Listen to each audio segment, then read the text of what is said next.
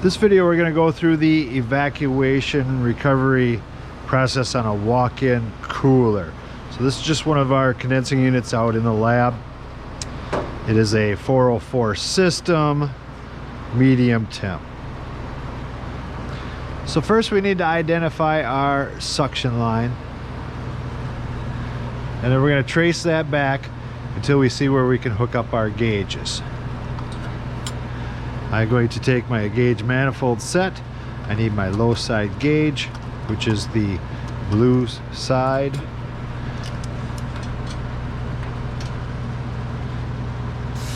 And I'm going to hook that up to the system. Next thing I'm going to do is find the receiver.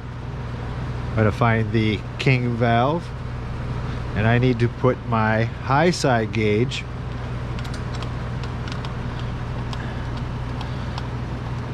the red side up to the receiver. Now I've got an adapter on there just because this one's a little tough to get into.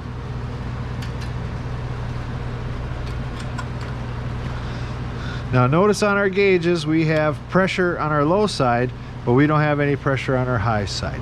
So we need to open up that king valve so our gauge hoses will read pressure. We're going to use our service wrench. We never put anything on there but a service wrench. We don't want to damage the end of that.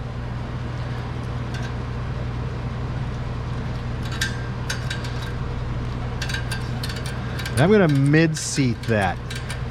So I'm going to open it about halfway.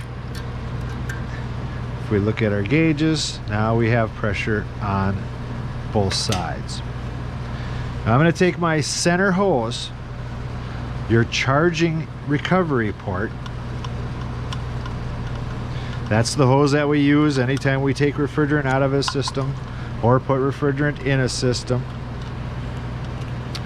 And I need to hook that up to a filter dryer.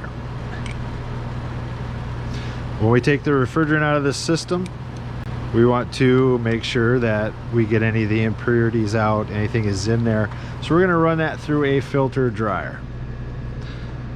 Out of the filter dryer, we have a yellow hose, and that is going to go to the inlet of our recovery machine. We have an outlet. That hose runs to our recovery cylinder. Now look at the hose at the tank. We're on the liquid side. Do not go by just color. You actually have to read the valve. So this tank is closed, this gauge is off, everything is shut off back to our condenser.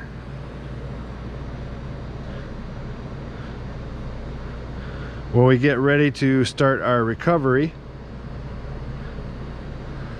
we are going to open up our gauge hoses.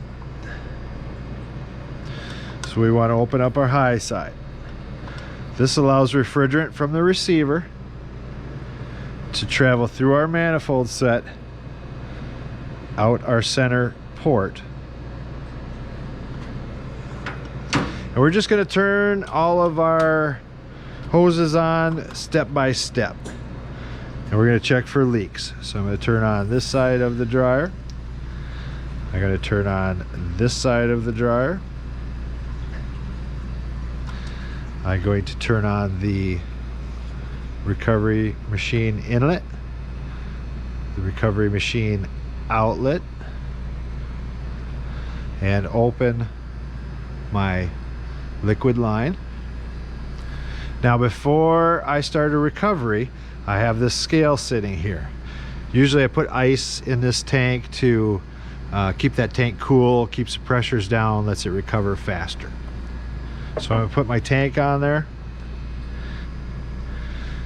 It's reading 18.14 pounds right now. Slide that over so you can see it. I'm going to hit my tare because that way I'm going to start off with 0 pounds and I'm going to know how much refrigerant I'm putting in that tank.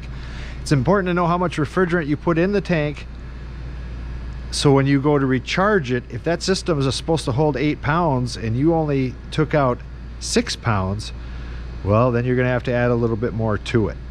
So we have all of our gauges open except for our low side valve. I'm going to start up the unit. Then I'm going to open up my hand valve on my recovery tank. And you can see that that's starting to take the refrigerant out of the system.